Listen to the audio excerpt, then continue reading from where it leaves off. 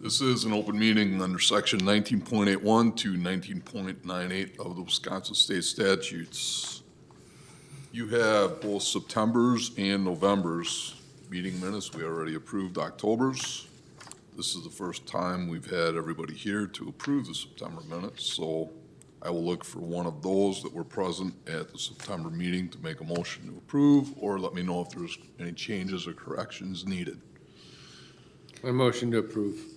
Motion by Joel to approve September's minutes. Second. Second by Kate. All in favor of approval of September's minutes, say aye. Aye. Opposed? Those minutes are approved. All right, guys, how about November's minutes? Any need for corrections there? Move to approve. Motion by Joel and a second by Ken. All in favor of approval of November's minutes, say aye. Aye. Opposed? Those minutes are approved. Thank you, everyone. Monthly staff reports. Things leveled off a little bit for the month of October compared to the previous year. Preschool programs were down a little bit. Youth sports were up a tad. Adult sports were up. Adult fitness was down by about 90, but by the looks of it, it looks like we had one more yoga class last year than we did this following year, or than this past year. I am happy to note that the SignaCast Aquatic Center was up by about 500 attendees from the previous year. Again, a lot of that is the open swim, which was up by about 300. So that made up most of that. The membership sold finally leveled out a little bit where we're actually ahead on non-resident passes from a year ago in October. But the resident passes still lag behind by about 15 or 16. Any specific program questions by anyone? All right, thank you. Any communication or correspondence? Yes, I did have some communication with Ron Schnorrenberg with the Hartford Veterans of Foreign Wars. He wanted to express his gratitude, express their gratitude for the use of Sawyer Park and other facilities within the park system. Ron reported through their various events and ceremonies that they've had over 300 veterans attend and take part in these activities, not to mention the hundreds of citizens who have taken part as well, witnessing it. So they wanted our board to know how much they have utilized our park areas and how many people have been a part of them. So he wanted to make sure that that was noted to this body. We'll be, just so you know too, we'll be sharing photos from, the chamber had a photographer taking pictures that day, including from Sawyer Park and the veterans activities that happened that day. So those will be shared on a portal, if you will, with the city. So between the city, the HADC, the bid, and the chamber. So we can share those, or Steve can share those once we get those uploaded. Excellent. That's You can great. have those. Anything else, Randy? Nope. All right, thank you. No appearances or public comments, no old business, and under new business administration, we have an update on future plans for the Rubicon River Corridor. Yeah, so City Engineer John Griffin is here tonight with us. He actually volunteered to give our board an update on the future plans for the Rubicon River corridor, including in the next phase. This would include the Rubicon River Bike Trail update as well. So John, I'll throw it to you. I believe he's got a PowerPoint presentation for us. Good evening. Thanks for having me. I will try and make this as quick as I can, but I wanted to share this because we recently went through the city budgeting process. Capital improvement budget is for 5 years. So for 2024 through 28, these are on the radar and moving forward on various bits and pieces. I'll explain that as we go through.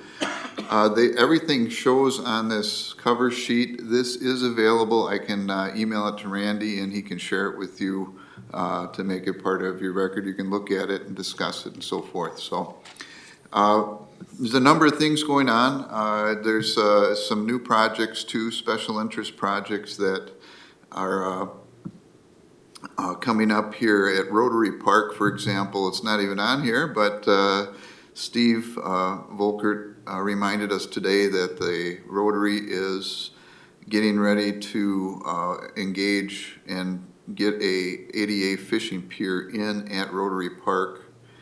And so we'll be providing a little bit of support there because we'll have to get an accessible route from the parking lot down to the upper mill pond there.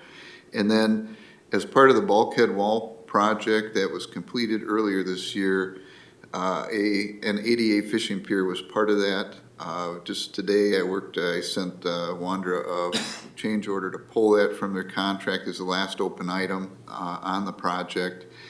And I was going to work with Randy in 2024 here so that perhaps by spring we can locate and get a pier in there and just work directly with vendors on that. So they're not showing, but we've got our 2 ADA fishing piers. And starting here, I'll just run right through the system here. We've got everything from the mill pond repair replacement. Roth Professional Services out of Portage is working with us. They're an engineering firm that specializes in dams, dam repair and dam construction. So they'll be looking into that this year with us and coming up with a plan. We just recently in November received our orders from the DNR to repair the dam based on the inspection from last year. So we'll get that underway, but as we do that now, I wanted to integrate volunteers for beautiful Hartford and your group here because we're going to be messing around in the parkland there. And as we go to restore the area around the dam, once the repairs or the replacement is completed, volunteers for beautiful Hartford have asked for a stone path along the post office to get people from that area of the park down into their planting area because it's a little dangerous right now without an official path. And so I wanted you to know what we're up to here because we need input and we need participation in the community to make these projects successful. There is a retaining wall right across the river from the Millstream building that if you look out there, it's leaning, it's failing, and it's ready to roll into the river. We want to get that out of there. And so there's a number of projects between the dam and Johnson Street, North Johnson Street, that really have to get taken care of. Explaining those, one is the failing retaining wall. And replacing that, we would be replacing everything from the path at the top where that nice mosaic is at right now. We would update that path, repave it. But rather than build a new retaining wall, I was thinking we should step it down so that you don't need a retaining wall in there anyway, and make it a little more accessible, usable, and so forth. So we'll come up with some ideas. We want to present those to you as they come along. I haven't hired anybody for that work yet, but I'm getting ready to write the RFP and get that out. The other is the Main Street arch over the river was built in 1885, and it's just big chunks of limestone rock. It's generally in really good shape, except there are some areas that are failing where the chunks of stone are literally falling out of it. My proposal there would be to get a lining slid in there. I think this would be the cheapest thing to do rather than replace it or something. So the retaining wall that's failing upstream of Main Street, the lining of that arch is a project. And then we also have, let me give you a little something different. Okay, here's that retaining wall that's failing right through here. And you look out there, literally the handrail looks like it's leaning toward the river. The arch underneath, and then right here on this northwest corner of City Hall, right outside our window here, there are 2 segments of an old stacked limestone retaining wall that literally holds the river back from City Hall here. that is failing, and it will go at some point. And it could happen tomorrow, it could happen this next spring. It's that serious that we have to do something there. So there's gonna be some, we'll be looking at doing the retaining wall repairs. There's some building issues that are driving the failure of the retaining walls that will be corrected. The drainage from the roof has to get out there into the river and not discharge behind the walls. That's issue there. And so on. So there's quite a bit of work to do in this reach, and I wouldn't want you to have to meet there. Here's, of course, the dam. These are actually pieces of rebar. A lot of you probably got a good look at it. All the concrete degradation. All this is stacked limestone and other debris, and it has about an inch of rebar, half-inch rebar mesh over it, about 6-inch square mesh on the surface, and then they blew shotcrete on it back in the 60s. And so it literally is leaking everywhere through the dam. And so that's our dam project and why we're going to repair or replace it. The retaining wall, just a little more updates, specifics. If you want to see that failure, it's actually a slope creep issue. It's a really unique failure of soils in a retaining wall here on the corner right back where the police park next to the bridge. And easy to see, but very amazing. You see literally flowing asphalt and soil heading toward the river where that's failing. Pictures of the leaning retaining wall upstream of the bridge, and of course the stone arch in the background. Stone arch, you can kind of see that's the ceiling on the right, and that's my concern there. I would hate to lose Main Street, and we'll go from there. Here's this area behind City Hall along the river here, and it's just the stacked stone wall is the only things that's holding that wall in place are these box elder trees that are about 3 inches, and there's 3 or 4 of them. Saving the city. Oops. Going a little further downstream here, now we get past Rural Street and we have WB Place. I have officially requested, sent them a letter requesting a conservation easement along the river. Trying to get my mouse so I can point. Just along the outside of their property here to restore the bank, and it would be a water quality protection. Ideally, we'd like to get rid of that building and turn it into a park. That's the ultimate idea. So this is kind of a first phase of, hey guys, what are you going to do with this building? Are you still using it? It's a contaminated site. How are you going to deal with that?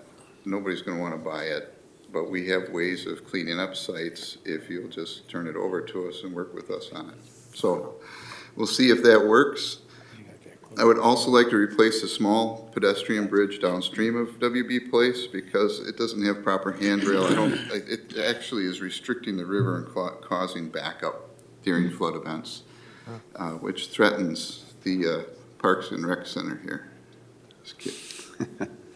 And here, just as an example, this is WB Place right here, and this is where the floodway is in a flood. This candy striped area is where there's flowing water, and that goes right through their buildings and on the east side and so forth. So it's really a horrible place to anybody try and go in and fix that building or try and redevelop that site for anything other than perhaps a park. I think that would be ideal. So that's that. So that's kind of a longer term piece of these projects, but we're peeling that onion. We're doing a little bit all the time, just trying to see if we can't get their attention and so forth.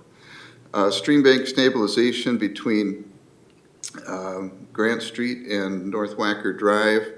In 2021, the North Stream bank was repaired at the cost of about $500,000 by the village of Slinger. They needed credit to repair a bad reach or river to get phosphorus credits for the wastewater plant. We obliged and said yes, but actually the worst part there is the side up against the electric and public works facility lots there. And so if we are already having some erosion problems here near the electric utility part of the lot. And this year, we've got about, maybe 100 feet of shoreline that needs to be heavily armored from floodwaters passing through. So the idea here would be to, I think I might have another, this is, it's another project. This is done now, and you may not notice it anymore, but we went to American Exchanger and the other companies along that north bank and worked with them to get easements to do this bank stabilization project and bank stabilization effort. And it's, you wouldn't know it unless you knew it had happened there. And it looks like it's taken very well. And I don't know that it's worth $500,000, but that's what Slinger paid to do it. Anyway, okay. Just a little further west of there is North Wacker Drive in West Wisconsin here, and we're currently working with Wacker Drive Logistics to allow them to use a little bit of city property here in the corner where right now there's a pile of concrete and other soils that have been dumped there. And what we were trying to do here is they want to expand their parking lot a little bit more, and we've asked them to put in a stormwater pond. The stormwater pond gets the city some credit for our stormwater program, which reduces the cost to taxpayers. And then as part of that, we have to extend our storm sewer that ends right about here out this far. So a small bit of work for the city to do as well, but in the end, by midsummer, should look pretty nice there and have a pond there and a restored wetland instead of a pile of concrete. This is what it looks like today there at that location, and looks better than it actually is. Oh, here's the picture of the restored bank on the north side, and this is Public Works yard here, but you can see these concrete panels that were laid along the bank to protect it from erosion. Unfortunately, concrete slabs like this only accelerate the erosion because water gets under them and washes the soil out, and it's better to have roots and properly sized stone. So the properly sized stone for this particular reach is about cobble size, based on it, because that was a designed project. And then there is the Thiel Street pedestrian path. It is actually part of the Rubicon River Corridor Trail that predates me by many, many years, but I found it. And we had wetlands delineated by Sewer Pack last year to here's their proposed corridor for this trail to link the path behind Public Works all the way to, we want to get a pedestrian path all the way out to the industrial park, Independence Ave. So this is the first piece of it. And there is a platted street through here, but I don't see that ever happening, at least at this time. But we do have a little bit of wetlands to contend with, but it's not as bad as I thought. So we do have a corridor in this area to get it at least from Wacker to Thiel. With the recent, federal money being thrown around the last couple of years, there is some opportunity. Randy and Jacob Moss and I are looking at tapping into maybe some federal funds for this, because it's going to be an expensive project, probably about a $2 million project to get a path in here and do it right. We probably need to have lighting, similar, some sort of lighting at least. Otherwise, it would be dark through there, very dark, and it's just, I'm thinking that would be the best way. The Libby Ponds, again, this kind of works its way through on the east side of Walmart and continues back behind the apartments. And then once we get to the end of the road here, we would have to get some permissions or easements from the current landowners here to push this through out to Independence at Liberty Ave. Or to Liberty Ave and then let people get out that way. But to have an east-west corridor through town for pedestrians, bikes. And that is it. Just to, we're looking for people to participate. There's a lot of work in these projects. There's a lot of legwork. There's a lot of alternatives to consider. I'd like to get to the point where we're doing a monthly meeting about, especially like the trail project. There's so much information that has to be pulled together for something like that. We could hire consultants to do all this for us, but we don't really have the money, so I'm hoping that we can just pull it together ourselves internally here. So, let's see. We'll help identify the funding proposals, which ones, just to read through some of these documents to say, hey, we qualify for this one, and it doesn't have any poison pills in it, or this is the only poison pill I could find, do we have a workaround, that sort of thing. We'd love to have that kind of help. And then we need volunteers for data collection. I'd like to do some river corridor cleanups, and then just identifying the priorities, which segments of that trail are the most important, should we be really focusing on, that sort of thing. And we have a lot of time that's going to be needed to make these happen, and I would like to have your participation if you're interested. That's it. Any questions?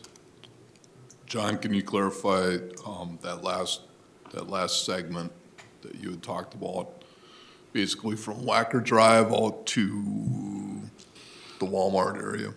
Yeah. That, I've got it kind of two phases. First phase would be from North Wacker Drive to Walmart, and then from Walmart to Liberty Ave. Okay. And you said you're estimating the project costs at about $2 million. That's for the path, that's not for the street? Am I on? No, yeah, it's just for the path. It would be, might have to pay for workspaces or easements or property rights, things like that. We're not sure at this point, and that's really why it's going to take some time to really unravel what it will take to do these, but it's just like any other project, it's what we do. And it's your opinion that that street won't ever happen? I just don't see the need for it, because right now, all the development is up high on that hill near 60, and it's a steep slope down to where the trail would be. I just don't see anybody developing down there in that area that we would need to. There is sewer, our sewer city sewer runs through there, and so we do have rights in the phase 1 area for sure. It's that phase 2 area behind Walmart and the apartments and through the farmlands that we don't have anything lined up yet. Anyone else? Yeah, I just know I know about a year and a half ago, 2 years ago, we looked at that, prior to Randy coming on board, getting that path going out there, because I know back where, I forget the name of the apartment complex behind the Walmart, they left, part of that development left that easement to go through to build the bike path. And there's been a big interest on the council to get the bike path from Independence, from the industrial park out. And we were shot down with the idea, because we had obviously some COVID money, quote unquote, that we were going to spend on it. We looked at it as one of the projects, that there was a lot more work within that area, because of the wetlands, they had gators out there and so on and so forth, and that came from the city administrator. So, you know, I'm excited to hear that you're saying, well, it's not as bad as we thought. You know, and I think it comes down to where do they want to spend the money, in my opinion. But, you know, like I said, I hope that you're taking this roadshow to the council as well, what you want to do. I think the publicity you'll get from that and in the encouragement you get from the group. We spent a lot of money on the mill pond. I mean, a lot of money that was not spent, that it was not obviously budgeted or planned. And to finish that off, I mean, it's absolutely beautiful what we have out there on Century Park. I mean, it's just absolutely gorgeous. To finish that whole area through excites me. I think that's going to bring, I mean, you look at the areas, I do know that there's some buildings or some businesses right on 60 that's going to be closing here shortly, and that's going to open up some waterfront property as we kind of joke about it. It may not go all the way down to the property, but they're going to have the visual and you know, of this path. So I think there's a lot of opportunity here. And I sure the heck hope that you get, John, the support that you need to get this to all to happen. I really do, because I think this is great. And, you know, kudos to you in going out and getting this, getting it this far. And I hope you get all the support you can get. Thank you. Anyone else? I agree. I've been looking for this for decades and so excited. I see a lot of people walking from Walmart on Highway 60. A lot of people, not even riding their bikes, walking. And to have a path dedicated to bikes and walkers that's safe right from there to the city. And then, of course, taking the whole industrial park coming through there too. And so Right. this would really make Hartford successful and beautiful, which it already is, but. Yeah. Anyone Okay. else? Anyone else? Thank you, John. Thank you for having me. Presentation. Thanks, John. Okay, an update on the rec center dewatering.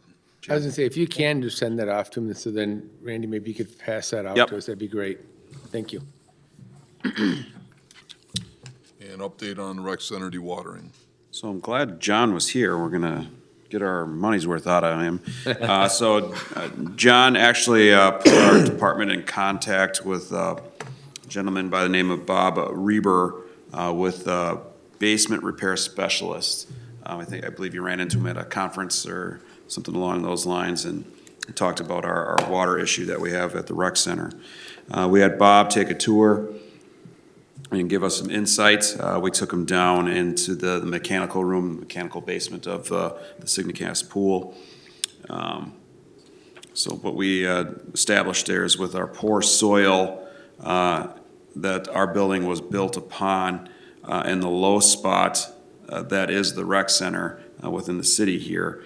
We're in an area where we have a high water table and water is drawn to our building, forced out by where we are, and to be honest, I believe the pool itself. So in review, we've had a water issue in that lower room, as I said. It is the groundwater coming up during heavy moisture episodes is what we'll call them. And it also comes through the cracks in our walls, so it's coming through our crock pot and the ground that houses the crock pot as well. So we discovered we have a mineral buildup, is what we'll call it. Is there a better term for, did he have an official term for mineral? There is another term for it, I don't Okay, remember. we'll call it a mineral buildup is at its basis what it is. And that buildup is in the drains that lead to the crock area. And this is the cause of some of the water backup. And so the water is backing up and finding alternative ways to release itself. Some of what is through the cracks in the walls that we have down there. So in our discussions with Bob, his plan for us was to remove some of those mineral buildups that we have within the drain lines there to allow the water to better flow to the crock, especially during these high water episodes. We would be able to do this work in-house utilizing some equipment from the water department, and then our staff, Park and Rec, building maintenance staff, Brian and his crew, would be able to handle the work. Wanna fill in the Essentially gaps? jet out the drain tiles that are coming into the main sump in the mechanical basement area there. So it was a good find by John to get us in touch with this gentleman. Finally got some answers that made sense to us. So we plan on moving forward, and I believe he was gonna present us an official plan too, Right. I did send him the structural plans for the building, and he and his team are sewing together a proposal for what can be done there. That unfortunately, while he was here, we discovered that the cracking in the walls is actually propagated up above ground level, and it's going through the interior structural wall all the way up to the roof. And in a way that it was hiding behind a pipe, but it's worse than any of the cracking is actually in the wall above. There's so much water pressure that it's bowing the foundation wall and the structural wall above it. So, and it's gonna be so hard to fix this, without being able to get at the outside of and underneath this, basement area. So if there's any way that we can at least repair or reduce the damage that is occurring, like by jetting out these these drain lines so that when there is higher water, it can get into that sump and pumped out fast instead of just slowly going in there and then that pressure building up against the outsides of the wall.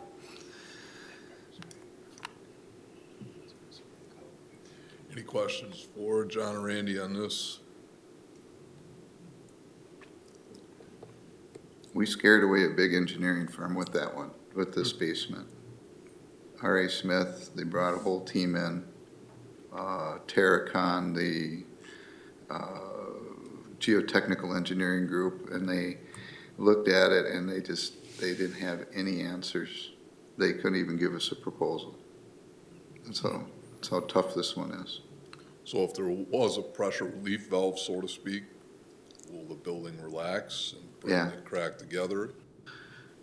Unfortunately, though, the building's built into the groundwater table, especially in that basement area. And then when it was constructed, they hit the bad soil, so they filled it all with ballast rock, clean ballast rock. So as soon as the river comes up or the rain comes down, the water pressure flashes against those walls because it just instantaneously fills up the voids in the rock. And it's a sea of rock around that pool and under the pool and under the building. Tough one. Anything for John or Randy? How old is the rec center? 23 years old. 23, so it Yeah. was built in 2000. Yeah. All right. All right, thank you again. Thanks, John. again. Thank you. And we have the winter, spring activity guide handle, Enough of this heavy stuff, right? right? All right, in your packets, we have our activity guide that is out. We are accepting open registration for that. If you don't have a hard copy, it can be found on our page on the city's website. All right, rec programs and activities, we have the Winter Fun Day coming up. So Winter Fun Day will be Saturday, December 16th, from 9 to 1 for grades 1 through 5. This is our annual program that we put on to give parents a chance to get some holiday prep work done, dropping their children off by us so that we can entertain them with activities, games, contests. We will feed them lunch. And then also, as part of their registration, they're able to utilize the open swim in the afternoon starting at 1 o'clock. So staff will escort those kids that want to take advantage of that down to the pool. Then at 1 o'clock, they do become the parents' responsibility, but kids 8 and older are able to be in the pool by themselves, correct, Mr. aquatic person? Yes. All right, thank you. So you can drop your kid off from 9 to almost 4 o'clock, and we'll entertain them. We do have spots remaining. It's $22 for city residents, $29.50 for non, and if you have an additional child, additional children are $12 each. All right, and Tots Care Christmas. That's kind of the sister program to this. Similar time set up, 9 to 1, but we have this one for ages 3 to 5. So for the little ones, again, we'll entertain them with games, activities, contest.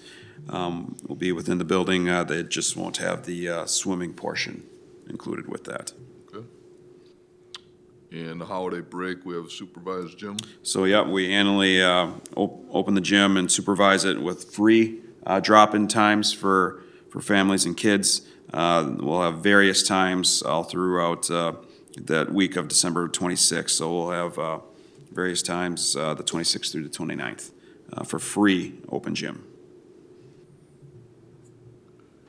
And an update on the golf simulator. Yes, so my excellent staff told me I misspoke last week, and apparently the simulator was a little more busy than I had understood. I just assumed all the rentals were coming through me, but it turns out that Zach was handling the majority of the rentals. So when rentals come in, we want to be there, get them started, show them the ins and outs. So we pretty much got it down to a T now where, no pun intended, where we take a couple minutes, show them. Most of our users have been either familiar with it or quick to catch on. We've even kind of gone against our age limit. We've had some younger people in there. We had a group of, I want to say 13, 14-year-olds. I just said, hey, guys, no messing around. And if something happens, if you mess something up, just come down and let us know. That group seemed to be receptive because they came down because one of them was about 6'6" and had a little issue with the ceiling. But I was glad he came down to let us know that. But through October and November, we've had over 40 hours of rentals. And that's not including the time that Daryl Cron spends up there. So that's a solid start. That's probably about $1,500 to $2,000 towards a simulator. Excellent. Anything for Randy on the programs or activities? All right, adult and youth sports, we'll talk about the reindeer run. Yep, I just wanted to circle back to that we had. Again, the reindeer run was our event that took place before the Christmas parade back in November. Included in your packet are some photos we were able to take. We were pretty busy, so those were the few photos we have, so I'm hoping that maybe, as I was talking to Kate Carroll here before the meeting, that maybe some of her staff got some photos. Anyway, we had 40 participants. That, along with the sponsorships we had, we generated over $1,700 that'll go directly towards United Way of Washington County as part of the city's fundraising.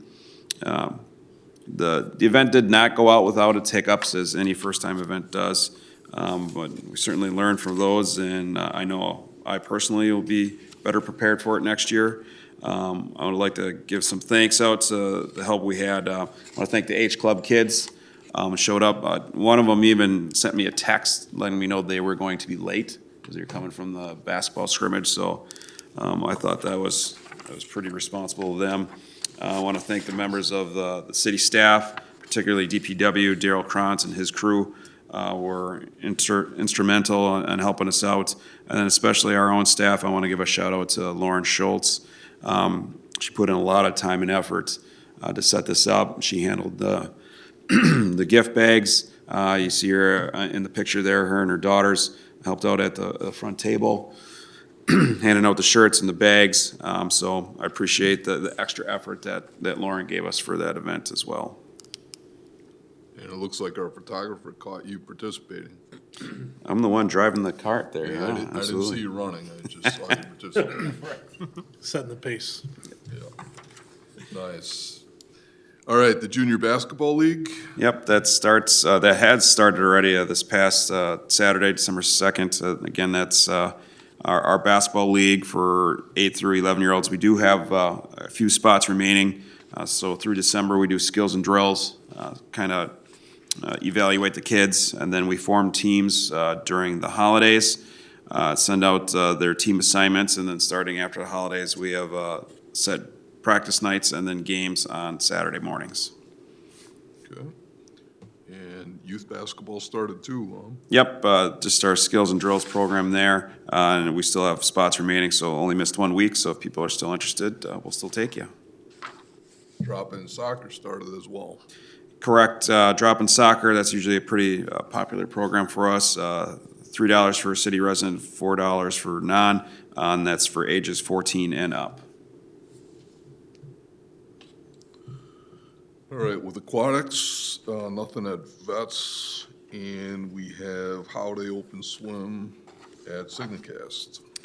Yeah, so Wednesday, December 27th, during that winter break area between Christmas and New Year's, we're gonna have a special open swim from 2 to 5. Typically on Wednesdays, the pool's completely closed during that time frame. We do not have swim lessons that day because of the break. So typically during this winter break, we add open swims where we can. Normally they are 2 to 4. This year I did extend it an hour because typically these are our most popular open swims. So it's gonna be 2 to 5 on that Wednesday, the 27th.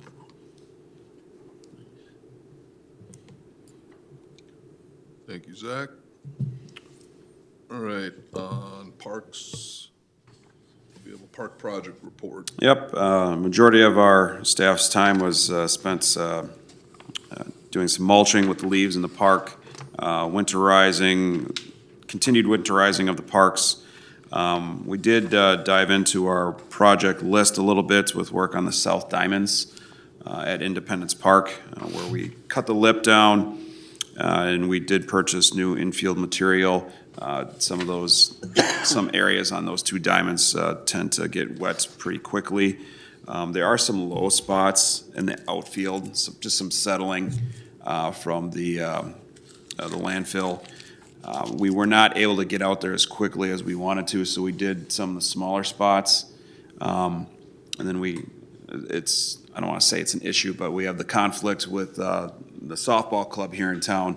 They run their tournament, and they run it later in the year, mid-October, because they're waiting for us to allow them to be out there because of our own flag football program. I got some thoughts on that, but we'll talk about that at a later date. But anyway, we weren't able to completely level off the outfields, especially on South 2. But I'll be in touch with Jeremy Stouts with the softball club there, let him know that we'll be doing that work as soon as we can in August of next year. He just won't be able to utilize that field for his tournament. Other things we were doing, we assisted streets with leaf pickup. Came fast and furious here in the month of November. So Daryl always asks if we can borrow our guys, which is great, and we have a good relationship with DPW. You know, when Daryl needs our help, we're there. We utilize Daryl's guys quite a bit too, with hunting and whatnot. During the month of November, we had a Saturday burial where we needed to grab 2 DPW guys, and they didn't hesitate to step up. So that's about covered our report there. Any questions on the report? All right, Centennial Park. Still plugging along there. The memorial benches were installed during the month of November. It was kind of nice because we didn't have the plaques on the benches yet, so the guys were able to quickly put the benches in without having to worry if they were in the right spots, and then they attached the plaques at a later date. I believe we had them in on time for the parade, so that with the parade being a nice day, there was a lot of people going through Centennial Park for that. Picnic table frames were ordered, garbage cans were ordered, and then tables and chairs for the pavilion. Those were all purchased, and I believe all those came in within the last week here. So we did not buy picnic tables as a whole. We thought it was more beneficial for us just to purchase the frames, and then we'll purchase the lumber here locally, so we save on shipping costs by doing it that way. Plus, when you get adverse weather, it gives the crew some productive stuff that they can do indoors to keep them out of the elements. All right, no questions on Centennial. We'll move on to the skate park and expansion update. So in your packets, you'll see we received our renderings of the skate park expansion. This is from the American Ramp Company, who I believe was the original company to work with us on the skate park itself. The plan is to expand to the west. The city does own that property. I've been in touch with Sean Hampy, who's been kind of leading our fundraising effort, him along with the users of the park. They gave the input of what they wanted to see.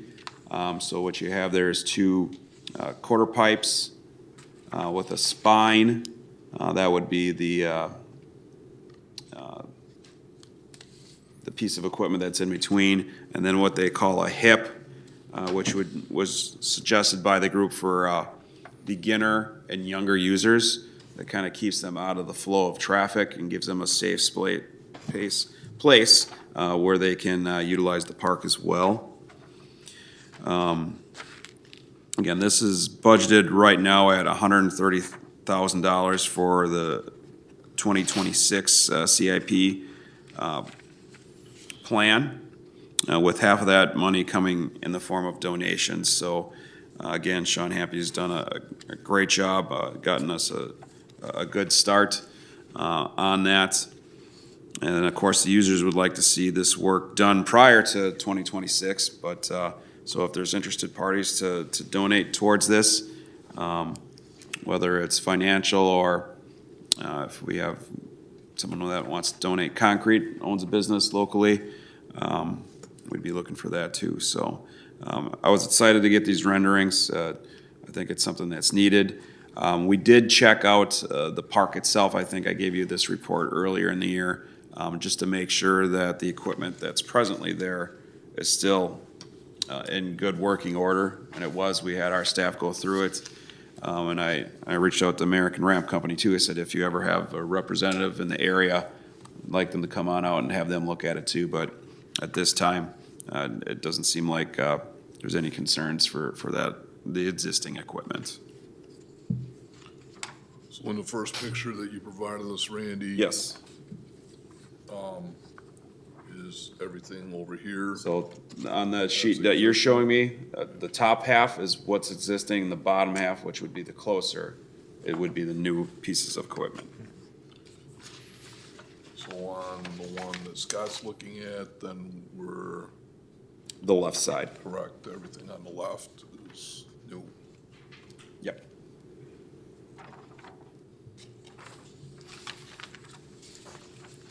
All right, any questions on the skate park expansion?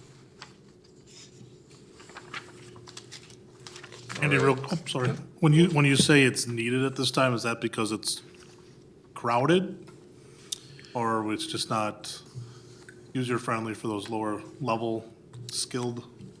So Or- when I came into the job, I knew this was in my thought process. The facility itself is getting near 20 years old. So I think it would be natural to have some updates there. And to be honest, the users do a really good job, in my opinion, of taking care of it. Now, is there garbage and trash sometimes out there? Yes, but that's no different than the dog park, when there's dog, you know what, all over the place. It's not the majority of the dog park users. It's the 5 to 2% that can wreck it for everyone. I think it's similar here. This is a heavy traffic area, as you know, with the high school right there and Vets Pool, and then just the apartments and the living situations that are there. So it gets a lot of foot traffic, it gets a lot of use, and this is something that I would like to see done. We're getting support from the users. It's great to see them getting to work right away, fundraising, putting on the events, showing that they care.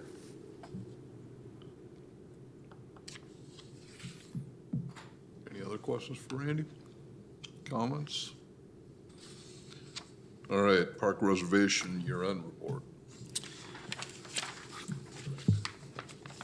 So in your packets, we have our year-end reservation report.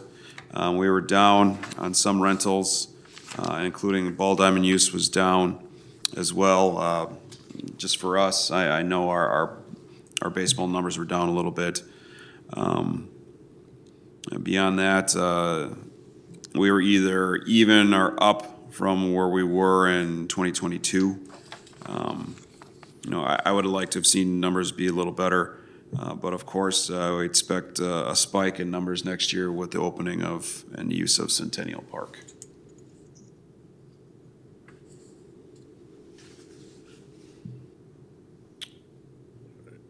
That brings us to commission requests. Anything online tonight?